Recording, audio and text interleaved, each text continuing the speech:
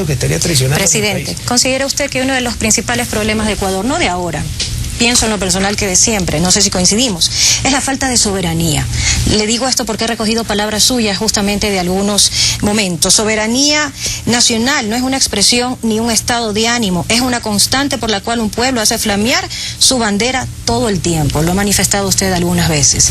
Y la falta de soberanía, pues, ha permitido que el país pase por guerras, pase por malos momentos, malas decisiones o incluso hasta con negociaciones con sectores económicos extranjeros, donde se han beneficiado pocos bolsillos y se ha despedazado el país, a tal punto que estamos reducidos a lo que somos.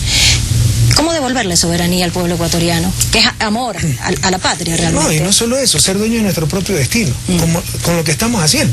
Y aquí no mandé el Fondo Monetario, ya no mandé el Banco Mundial. De hecho, expulsamos al representante del Banco Mundial. El Fondo Monetario funcionaba en todo un piso del Banco Central, no pagaba ni arriendo.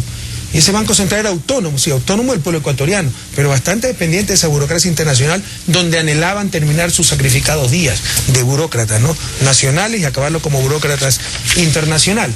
Y esas cosas se terminaron. Aquí no manda ningún país, llámese Estados Unidos, Rusia, Venezuela, China. Aquí manda los ecuatorianos. Aquí ya no mandan los acreedores. Aquí ya no tenemos bases extranjeras. Aquí actuamos en función del interés del pueblo ecuatoriano, no de paradigmas, de conveniencia, de percepciones o de intereses de grupos o potencias extranjeras. Señor presidente, ¿qué tan fácil o difícil ha sido escoger a sus colaboradores y qué calificación promedio le pone al rendimiento y al desempeño de su gabinete? Es una de las cosas más difíciles. Al inicio cometimos muchísimos errores. Hoy tenemos un equipo de trabajo mucho más consolidado. Creo, sin temor a equivocarme, que uno de los equipos de gobierno de más alto nivel académico de la historia del país es uno de los más consistentes ideológicamente y en cuanto a accionar, ¿no?, los mecanismos de trabajo. Hemos reconstituido el Estado. Esto estaba destrozado. Por decir algo tan sencillo, no había ni conceptos ni definiciones. ¿Qué era un consejo?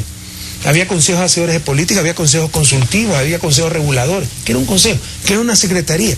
Todo eso lo hemos definido. Entonces ya el equipo tiene los conceptos, las orientaciones mucho más claras. Hemos mejorado muchísimo, pero por supuesto yo soy muy exigente, yo soy perfeccionista. Y sobre 20, pues, bueno, creo que todavía tenemos un 14 y nos falta mucho por mejorar. Presidente, empezando por el presidente de la República. El día de hoy justamente salió en los noticieros que el exministro Efandel Falconi puso su renuncia. ¿Hay presiones? ¿No hay presiones? ¿Se le pidió la renuncia? ¿No se le pidió? ¿Tiene que ver acaso el caso Yasuní? Sí, por eso renuncia, es muy triste, porque incluso Fander es miembro del buró, es uno de los puntales de este gobierno y de este proceso político, pero vamos, tengo que respetar su decisión. Parece que se ha resentido por mis declaraciones del día sábado. Yo he revisado las declaraciones y lo que he dicho es que nos tratan de imponer condiciones vergonzosas y yo he dicho que no se firme, porque sepan ustedes que en el Yasuní TT, lo más fácil para nosotros es explotar ese petróleo y obtener 6.000 millones. ¿Cuáles son esas condiciones vergonzosas, ya le voy a decir, presidente? consecuentes con el esfuerzo que debemos hacer todos, aunque no somos los culpables. Así es. Para luchar contra el calentamiento global, hemos dicho en forma inédita en la historia de la humanidad, dejamos ese petróleo bajo tierra, sacrificamos 6.000 millones, pero compénsenos por lo menos con la mitad. Es decir, el mayor contribuyente es el pueblo ecuatoriano. Y vienen estos supuestos donantes a exigirnos que hagamos un fideicomiso manejado por el PNUD, sede de Washington o Nueva York, ni recuerdo, que ellos nos aprueban los proyectos y nos dan los cheques. Por favor, nosotros no vamos a someter, que entiendan que ya no somos colonia, al menos este país no es colonia de nadie. Entonces no vamos a aceptar esas condiciones vergonzosas, quédense con su dinero. Sin embargo, presidente, la crítica apuntala en que nuestra antesala de negociaciones es mala. ¿Qué tan cierto es eso cuando usted está explicando que nos ponen condiciones vergonzosas para el pueblo ecuatoriano? Negociación? Es justamente en el tema Yasuní. Mire, ahí con todo el respeto y agradecimiento que le tengo a Roque Sevilla, no es una persona alineada con las políticas del gobierno. Y creo que sí se cometieron errores en la negociación que fueron llevadas a cabo a Roque, desde su visión. Pero tiene una visión tremendamente ambientalista, y yo soy ambientalista, pero por favor, de dignidad también viven los pueblos. Entonces él, por salvar el Yasuní, por conseguir algo de fondo, no hay problema, fideicomiso, no hay problema que mayoría de los donantes, como que se le están dando caridad, que nos califiquen los proyectos, que nos hagan los cheques porque nosotros somos ladrones e ineficientes. Eso no lo va a aceptar nunca, señor. Y en relación Aquí hay un pueblo digno. En relación al mismo tema, presidente, para no desviarnos, justamente esta semana el sector de la CONAIE ha dicho que salen sindicatos el viernes a marchar y que el viernes se reúnen. ¿Qué pasa con ese sector? ¿La CONAIE o los sindicatos? Los dos sectores, los indígenas. Exactamente. Entonces, si lo que pelean ellos realmente es un espacio, ¿es cierto o son negociaciones de las transnacionales que están forzando? ¿Usted me podría explicar por qué salen? Bueno, lo que ellos dicen es que no están de acuerdo justamente con el tratado, no solamente de Yasuní, sino la ley minera. Ahora el Yasuní, y la ley de aguas. O sea, recién pasó esto el día de hoy y ellos ya preveían todo. Mire, ese es su mecanismo de hacer política, de mantener sus espacios. La ley de agua, antes no había ley de agua. Es el mejor negocio para el gobierno, entonces no presentar ninguna ley y no hay ningún problema. Todo eso son pretextos para justificar estas prácticas que lamentablemente han hecho tanto daño al país, son rechazadas por la gran mayoría de la población, pero sirven para guardar espacios políticos, esterilidad política. Los trabajadores, ¿quién puede comprender que el gobierno que eliminó la tercerización, la intermediación, que es el que más ha aumentado los salarios mínimos en los últimos años, que restringió las ganancias del capital, por ejemplo, en cuanto al capital financiero y las extraordinarias ganancias de la banca, que ha impulsado los sindicatos, vea la estadística, cuántos sindicatos se han hecho en nuestro gobierno cuando antes eran reprimidos, que está claramente por la clase trabajadora, tenga una marcha de los trabajadores. ¿Y por qué? Porque dentro de la política salarial, que habla del salario de la dignidad, una nueva forma de repartir utilidades, reducir las comisiones especiales de 114 a 20, sindicatos por sectores, no sindicatos por empresas, que los trabajadores accedan a la propiedad. Y propone, porque además es una propuesta para discutir, prorratear los sobresueldos, que ningún otro país de la región lo tiene y en dolarización son mortales para el manejo macroeconómico, se movilicen por esto último, que es lo más irrelevante. Créame que yo cada día aprendo en este país. Yo me voy para atrás como Condorito. Porque lo más irrelevante de la propuesta de política salarial es prorratear los sobresueldos. Y por eso se movilizan los trabajadores. Ya que uno puede hacer con ese nivel de dirigencia sindical, ¿qué puede hacer uno? O con el nivel de dirigencia de los indígenas. ¿Me podrían decir por qué marchan los indígenas? Señor presidente, pero dividir los sobresueldos en 12 meses no es un aumento salarial, es otra forma de pagar los sobresueldos. ¿Y quién ha dicho que es un aumento salarial? ¿No? Pero por si acaso eso lo beneficia a usted como trabajadora y nos ahorra un problema macroeconómico.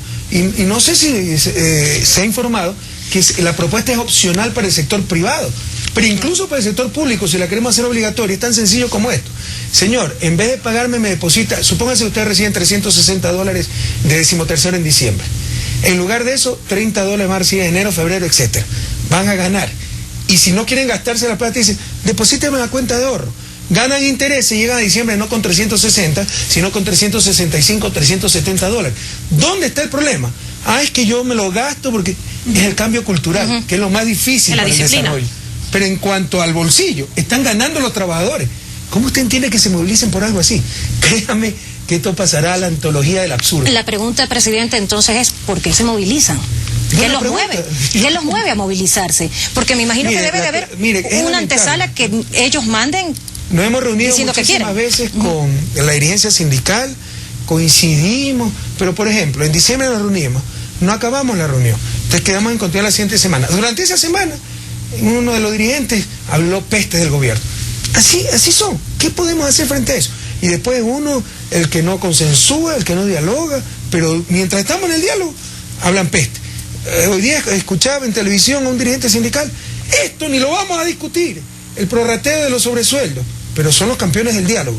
¿Cómo se entienden esas contradicciones? Y son los mismos sectores de hace 3 años que vienen manteniendo... No, de hace 30 años. Ok, desde que usted está, señor presidente, en tal caso, en el ajuste y en el desajuste. Hablamos del sector de salud, hablamos del sector de la educación, hablamos del sector laboral, de los sindicatos y también de los indígenas. ¿Cómo usted ha podido sostener y poder dialogar y lidiar en algún momento? Incluso estuvieron con usted dialogando hasta en Carondelet. Pregunto esto porque ¿hay división dentro del sector indígena? Me quiero decirle una cosa, que se lo digo con toda honestidad, o sea, por eso a mí me llama autoritario, prepotente, con sentido de superioridad, pero es lo que siento, objetivamente, o sea, esto demuestra básicamente el nivel de desarrollo del país. La dirigencia, no solo política, gremial, etcétera. Cuando hay un nivel de dirigencia con un discurso tan pobre, con un desgaste de energía por causas irrelevantes, atacando un gobierno al cual es mucho más lo que lo une que lo que separa, el gobierno que ha luchado por los trabajadores, por los indígenas, usted dice, es inentendible. Entonces usted dice, qué pobre dirigencia. Son necesarios en el diálogo. Y es el reflejo del nivel de su desarrollo del país. ¿Los necesita usted en algún momento también para dialogar y llegar a un consenso? Usted me hizo otra pregunta, están divididos. Yo le diría, la gran mayoría de los indígenas están con el gobierno. Vaya a ver cómo se está atendiendo el campo. Por supuesto tendrán capacidad para movilizar 1.000, 2.000, 3.000 indígenas, pero la gran mayoría están con el gobierno. La gran mayoría de los trabajadores, empleados, porque trabajador no es solo el sindicalizado, son los 5% de la clase de trabajadores sindicalizada. Trabajadores en la informal, la empleada doméstica, el asistente de artesanía, vaya vea con quién están, ¿verdad? Pero estos son los que más bulla hacen y cada vez representan a menos personas. Pero le insisto, es una lástima la pobreza de cierta clase de dirigencia.